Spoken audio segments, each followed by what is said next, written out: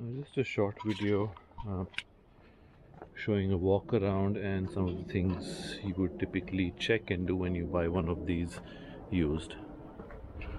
This is a 1986 I think American Cobra Mini. The spec states that it is 26 feet long, but I think with the addition of this box it adds another couple of feet.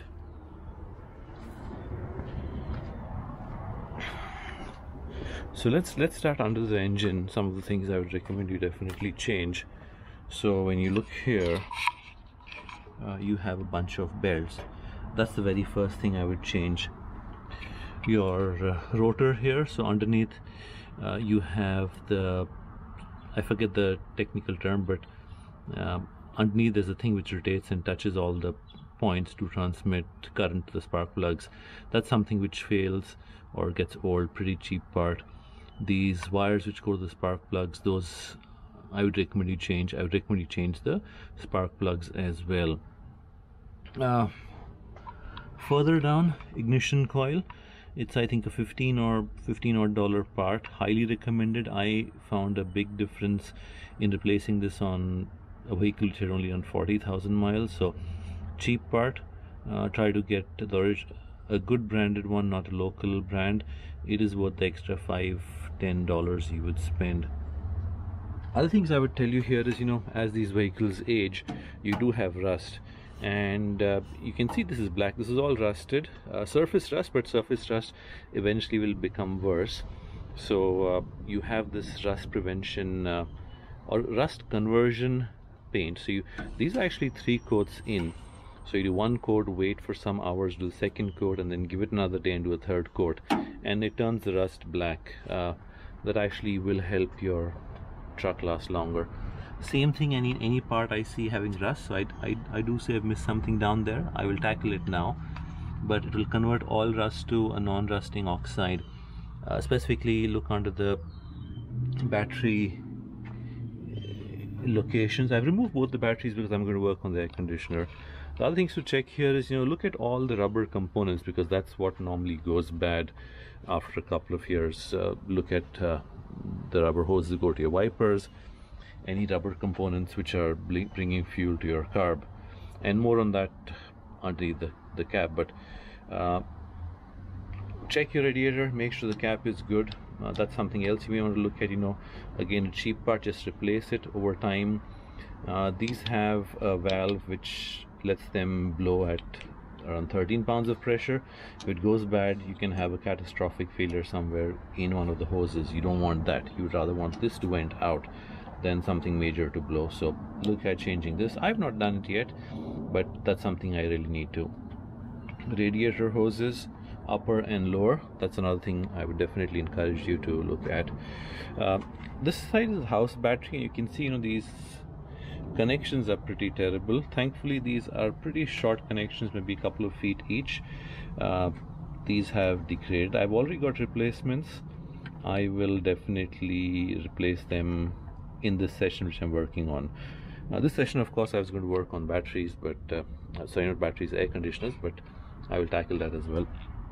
Another thing to look about is these are old vehicles, so over time things do go bad, and people have replaced parts but not in the correct way. So point in case here is this ignition module. So I think at some time this went bad, so the module is actually down there. I can see it, but instead of taking the 15-20 minutes to unbolt and rebolt a new one there, they just zip tied it here. It's fine, but I'm not very comfortable knowing that a critical component of my truck or RV is bouncing around at high speed. So I'm going to unbolt and rebolt it back there. And while you're here, some of you did mention that some of your things don't work. Your fuel gauges don't work, so you check the grounds like I said earlier, and you have a bunch of connections here. So I would just remove them, spray them down with the electric connector cleaner, and put them back together. This is the air conditioner. This is what I'm going to work on. Many of the air conditioners don't work because of over time they've leaked or something. The biggest problem on these is O-rings. The compressor itself are pretty bulletproof. But yeah, in my case the O-rings here have failed at the compressor. I'm just going to remove this, but while I have this open, I'm going to replace all the O-rings for the entire system, flush the system down, repressurize them, flush the compressor with the compressor oil multiple times to remove any debris. And in this, the funny part is your accumulator or dryer is down here in the front and you have to remove the grill. That's something I'll replace. And then this, I don't know if this has an orifice tube. It probably has one here. But it also has one of these valves which control the amount of refrigerant that flows in. So I'm going to replace this. I'm going to replace the orifice tube, flush all the components, replace the accumulator, and then flush the compressor as well. The other things I would definitely recommend you replace is headlamps. This is, I think, 60 to 80 bucks. Definitely worth even twice as much. This makes a huge difference in night visibility. So highly recommended to take care of that. And while you're here, any other bulbs, your marker light bulbs, do replace. Same on top. I have replaced all my front, back and side marker lamps with LEDs. Not just the bulbs have been replaced, but the entire units have been replaced. Again, cheap insurance to make sure everything works and you don't get pulled over. And what you'll notice is as you take screws up, take stuff apart, you have rusted screws. And what will happen is over time, where did this go? You won't be able to unscrew it anymore because the metal goes bad. So I would recommend, just buy a box of these. So as you replace screws, replace them with, I would say, stainless steel screws, much better. Another thing, when you replace all the side marker lamps, do consider replacing the butyl tape around it. Makes a big difference, will keep your rig running much longer. Another thing I would recommend is these window felts, inside, outside. Definitely replace. I've also replaced my window channels. I've also replaced the rubber around the door. Not a very, I mean, it's laborious. It's not difficult, but slightly laborious. But a world of difference in terms of the noise that comes in. These mirrors are fine, but I would recommend putting a second wide mirror here. I had one, it fell off. I need to replace one back. But on the other side, you can see I have done that. Tires, critical to always make sure your tires are good. Not just looking good, but look at the date code. Try not to drive anything more than 5 to 7 years. I would let you be the judge. Once you see dry rot or crack set in, I would really recommend that it's replaced. Generators here, regular servicing, I always add carb cleaner in my fuel tank. You can also, take that apart and spray this down. That definitely helps.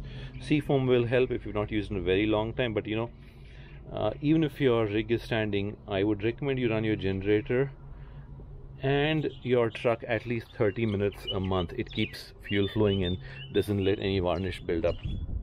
Another important thing, your exhaust. We have those I forget what they're called, these bugs which go in and make a mud nest inside. You get these meshes on Amazon. Do cover them, so it'll save you a lot of headache down the line. Most rigs come with around 18 or 20 feet of electric cable to connect to the 30 amp supply. I have bought another 50 just in case. It's safer to have that extra than get stuck. These valves do go bad. An easy fix is, you get these metal handles. A pair of these is around 10 bucks on Amazon. Something I would recommend you invest in. You don't want to be trying to empty your gray or black water tank and this comes apart and then your rig shucks. Again, you can see I have a huge amount of butyl tape and I have to trim this off, but I normally settle and then. Same around the lamps at the back. All of them have been updated to LEDs. Up there, that's another important thing. The backup camera, it's not a backup camera, this is actually a rear view camera. So as I'm driving, I can see maybe 100-200 feet down behind me what's there, what's on either side. Definitely helps me in a big way. That's most of what is outside. Let me step in and show you what I have done here. So If we go up front, so I replaced the standard stereo with an Android based unit. Not expensive. I would just say, you know, buy the cheapest, because you're not going to be driving this too much. I think I paid 60 or 80 bucks. It has a screen which flips up and goes out, and when I connect my phone, my entire GPS and all that is on that screen. Definitely helps. And this down here is the screen I was talking about for when I am driving. I can see all the way at the back. Inside's pretty clean. I've just folded memory for mattress here, and what you've noticed is all the standard lights have replaced LEDs. The good thing about this is it's 3 different colors. You have cool white, daylight, and warm yellow or whatever. So depending on our mood and time of the day, we can switch those colors and also adjust the brightness. We replaced these curtains. We got larger curtains from Walmart and just cut them. That way, you know, it was much cheaper, and these are light blocking curtains, so I would definitely recommend those. Over time, your appliances go old. This is looking new because I actually sanded this down and spray painted this. Same with the front. When you're inside, you know, you don't want to be riding inside a drum, so make sure everything is tied down correctly. So when you open your oven and also make sure these are stable. Mine was not, and the first time I drove I was like, shucks, you know, someone's hitting my head with a stick. But I learned how to secure them properly. All of them have mechanisms, you just need to know how. Same with your drawers. Like, this latch is bad, not much I can do about it right now, but that's something I need to fix. Make sure all the latches work. All my regular points I replace with these which have a USB-C and a regular USB. It definitely saves carrying chargers around, so I have some there. So you can see I already have my charger hanging here, so when I'm parking or when I'm driving, my devices can be charged without something excess hanging. A temperature gauge is always useful. This, as you can see, is in a bad condition, but I do have another one right here, a digital one. It tells me temperature as well as humidity. Highly recommend you get something like this, so if you have pets, it lets you know what's up. Fridge and freezer, when you're done and you're parking longer term, or any term actually, if there's no power coming to your rig, I would suggest keep them open. Don't shut them, otherwise they're going to smell and not going to be good. Air conditioner, I need to finish doing this. So this has a gasket around it. It's an $11 or $12 part from Amazon. There's, I think, just about one company which makes them, Camco. This is the gasket. I would say every 2 years by default just replace it. Don't think twice. And this is the source of, I would say, 90% of the leaks in all the rigs I've seen, and this probably had a leak in the past. It's no longer there, and you can actually see I've replaced screws with steel screws, like I was telling you, so they should not rust. The antenna tuner is another place where water comes in. It's sealed, so this is not being used right now, so I should actually go ahead and remove that altogether. It's just a part lying there. Let's go down further, and of course, do fill up your tanks. Check all your connections that there's no leakage while water is running. You don't want to learn that the hard way. Same with your taps here. Make sure everything works. Check for leaks here. We normally don't use the shower, not yet. If we go for something longer, we may, but at this point, no. So this particular floor design came with 2 single beds on either side. So what it is, if you look at the back, you can see that board. So I have 3 of those boards. Those boards stagger all the way here, and then these folding mattresses go on top. It becomes a king, and then I put that memory foam topper you saw, and that's pretty comfortable. These 2 single mattresses, at that time I shift back on top of the cab, so they're out of the way. That gives me flexibility of having someone sleep up there, and if I'm still having problems apart from people sleeping here, it just gives me extra bandwidth. There are cupboards behind this. There's a pot behind that. Nothing much to see, basic, apart from going quickly. We've not really used it for bigger jobs, just smaller jobs. And same out here, you'll notice I have replaced this with the USB ones. And again, these are daylight blocking, highly recommended, prevents the damage sun can do to your rig, so I would definitely recommend doing that.